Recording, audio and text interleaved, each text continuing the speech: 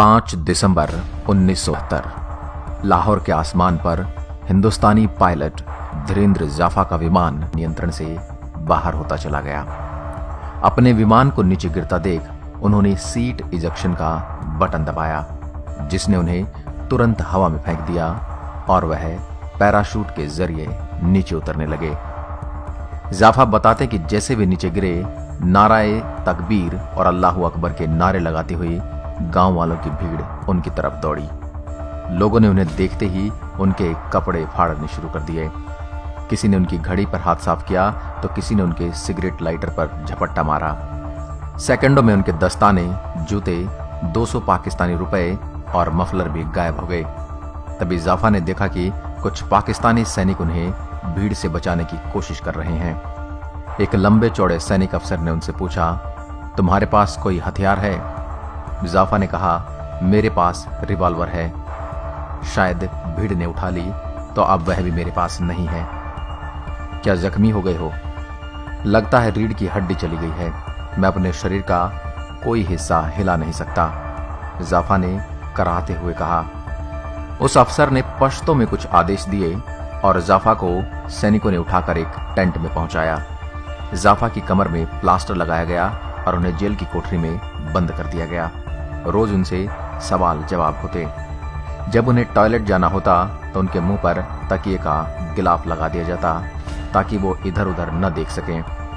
एक दिन उन्हें उसी बिल्डिंग के एक दूसरे कमरे में ले जाया गया।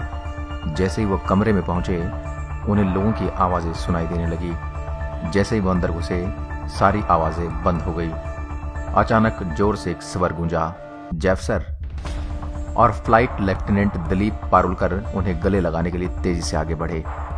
उन्हें दिखाई नहीं दिया कि जाफा की ढीली जैकेट के भीतर प्लास्टर बंधा हुआ था। वहां पर 10 और भारतीय युद्धबंदी पायलट मौजूद थे। इतने दिनों बाद भारतीय चेहरा देख जाफा की आंखों से आंसू बह निकले। तभी युद्धबंदी कैंप के incharge squadron leader Usman Hanif ने मुस्कुराते हुए कमरे में प्रवेश किया। मैंने सोचा मैं आप लोगों को क्रिसमस की मुबारकबाद दे दूं। वो शाम एक यादगार शाम रही।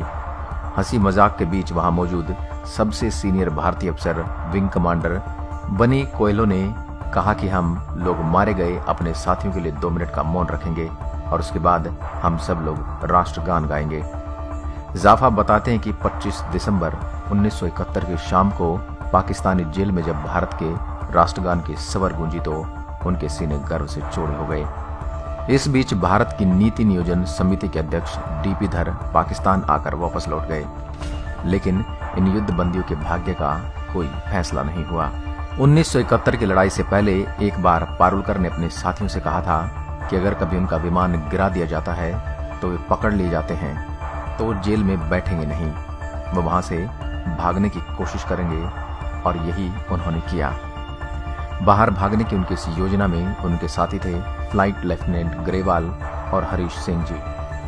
तय हुआ कि सेल नंबर 5 की दीवार में 21 बाई 15 इंच का छेद किया जाए, जो पाकिस्तानी वायुसेना के रोजगार दफ्तर के अहाते में खुलेगा, और उसके बाद 6 फुट की दीवार फलांग कर वो माल रोड पर कदम रखेंगे। इसका मतलब था करीब 56 ईंटों को उसका प्लास्टर निकालकर ढीला करना और उसे निकलने वाले मलबे को कहीं छिपाना। करविला ने एक इलेक्ट्रिशियन का स्क्रू ड्राइवर चुराया। ग्रेवाल ने कोको कोला की बोतल में छेद करने वाले धारदार औजार का इंतजाम किया। रात में दिलीप पारुलकर और ग्रेवाल 10 बजे के बाद प्लास्टर खुरचना शुरू करते। हैरी और चाटी निगरानी करते कि कहीं कोई पहरेदार तो नहीं आ रहा। इस बीच ट्रांजिस्टर के वॉल्यूम को बढ़ा दिया जाता। भारतीय कैदियों को जिनेवा समझौते की शर्तों के हिसाब से 50 फ्रैंक के बराबर पाकिस्तानी मुद्रा हर माह वेतन के तौर पर मिला करती थी, जिससे वो अपनी जरूरत की चीजें खरीदते और कुछ पैसे बचाकर भी रखते। इस बीच पारुलकर को पता चला कि एक पाकिस्तानी गार्ड औरंगजेब दर्जी का काम भी करता है। उन्होंने उससे कहा कि भारत में हमें पठान सूट नहीं मिलते, क्या आप हमारे लिए एक सूट बना सकते हैं?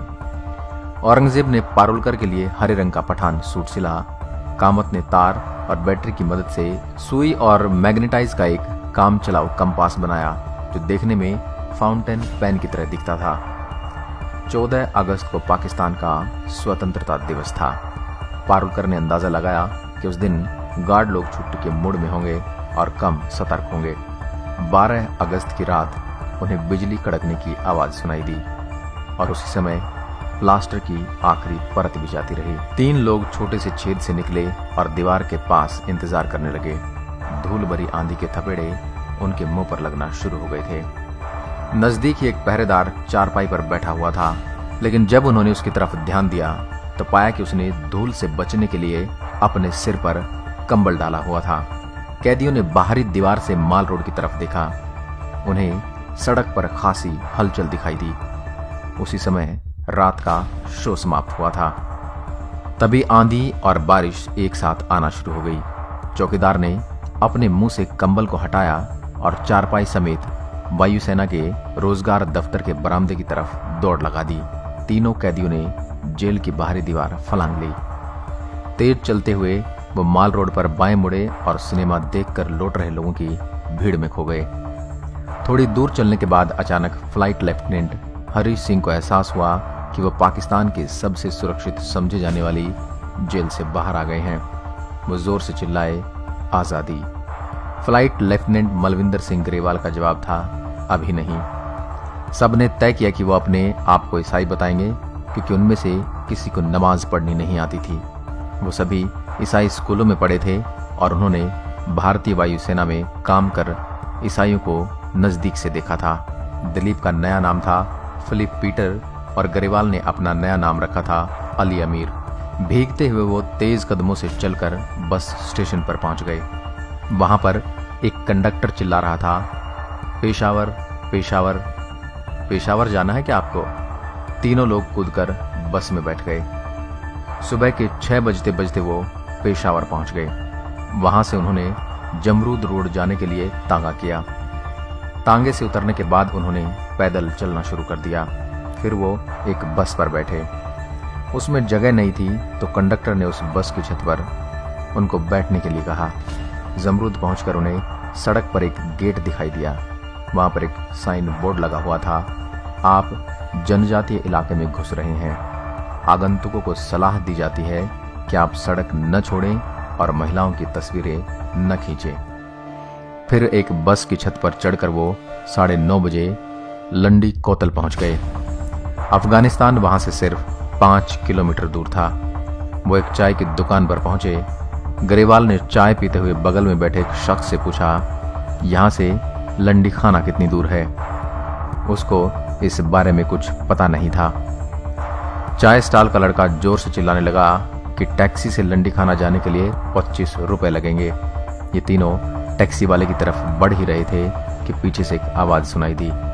एक प्रौढ़ व्यक्ति उनसे पूछ रहा था, क्या आप लंडी खाना जाना चाहते हैं? उन्होंने जब हाँ कहा तो उसने पूछा, आप तीनों कहां से आए हैं? दिलीप और गैरी ने अपने पहले से तैयार कहानी सुना दी। एकदम से उस शख्स की आवाज कड़क हो गई और वो बोला, यहां तो लंडी खाना नाम की कोई जगह है ही नहीं। वो तो अंग्रेजों के जाने के साथ ही खत्म हो गई। उसे संदेह हुआ कि ये लोग बंगाली हैं जो अफगानिस्तान होते हुए बांग्लादेश जाना चाहते हैं। ग्रेवाल ने हंसते हुए जवाब दिया, क्या हम आपको बंगाली दिखते हैं? आपने कभी बंगाली देखे भी हैं अपनी जिंदगी में? बहरहाल तहसीलदार के अर्जी नवीस ने उनकी एक न सुनी और उन्हें तहसीलदार के पास ले गया। तहसीलदार भी उनकी बातों से संतुष्ट नहीं हुआ और उसने कहा कि हमें आपको जेल में रखना होगा। अचानक दिलीप ने कहा कि वो पाकिस्तानी वायुसेना के प्रमुख एडीसी स्क्वाड्रन लीडर उस्मान से बात करना चाहते हैं।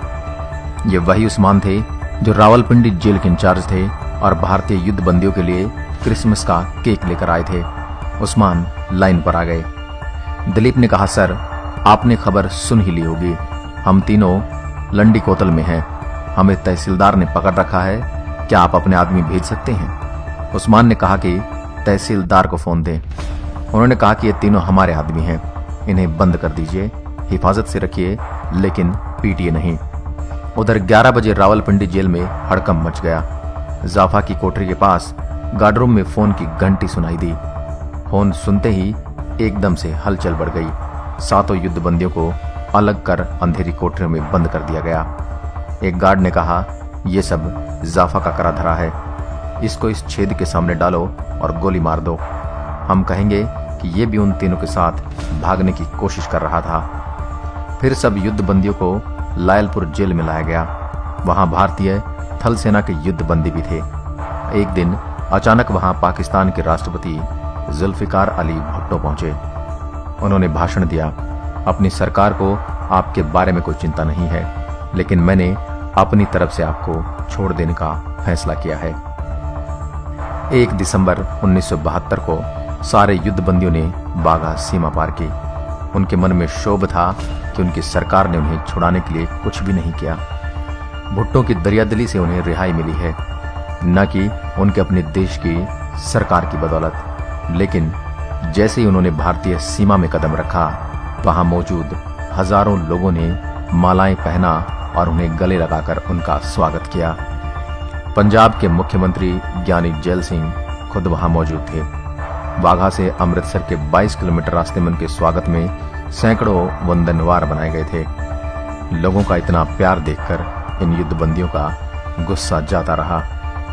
दोस्तों, आपने देखा किस तरह हमारे देश के वीर जवान वापस भारत लौटे और उन्होंने किन कठिनाइयों का सामना किया।